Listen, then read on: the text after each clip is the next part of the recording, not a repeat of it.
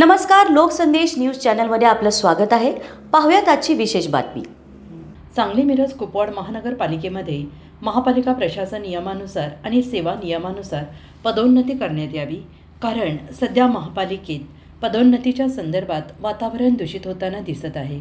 त्यासाठी आयुक्त साहेबांनी कोणालाही पदोन्नती देताना प्रथम त्याचे शैक्षणिक अर्हता आणि त्याची सेवा ज्येष्ठता तपासून पाहावी। त्यानुसार पात्र होत असतील तर सदर व्यक्तींना सेवा नियमानुसार पदोन्नती देण्यात यावी, परंतु कोणालाही राजकीय दबावापोटी अथवा वशिला दबावापोटी शिपायाला आयुक्त, लिपिकाला कुली व्यक्तीला उपायुक्त असे बनवून प्रकार करू नयेत आणि त्यानुसार आपली महापालिका भ्रष्टाचार मुक्त होणार नाही आणि आपल्या महापालिकेत लेखनिक विभागात सुधारणा होणार नाही।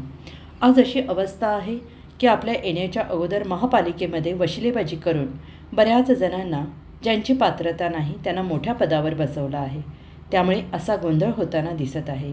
म्हणून आमच्या संघटनेच्या वतीनं विनंती आहे की सेवा नियमानुसार पदोन्नती व्हावी आणि ज्या व्यक्तींच्यावर घोटाळा प्रकरणी चौकशी सुरू आहे किंवा ज्या व्यक्तींवर केसेस चालूच आहेत अशा भ्रष्टाचारांच्या त्यांना पदोन्नती देण्यात येऊ नयेत। आंतरराष्ट्रीय मानवता अधिकार आणि मीडिया संघटन महाराष्ट्र राज्य प्रभारी माननीय मिलिंद विष्णू सावळे सर।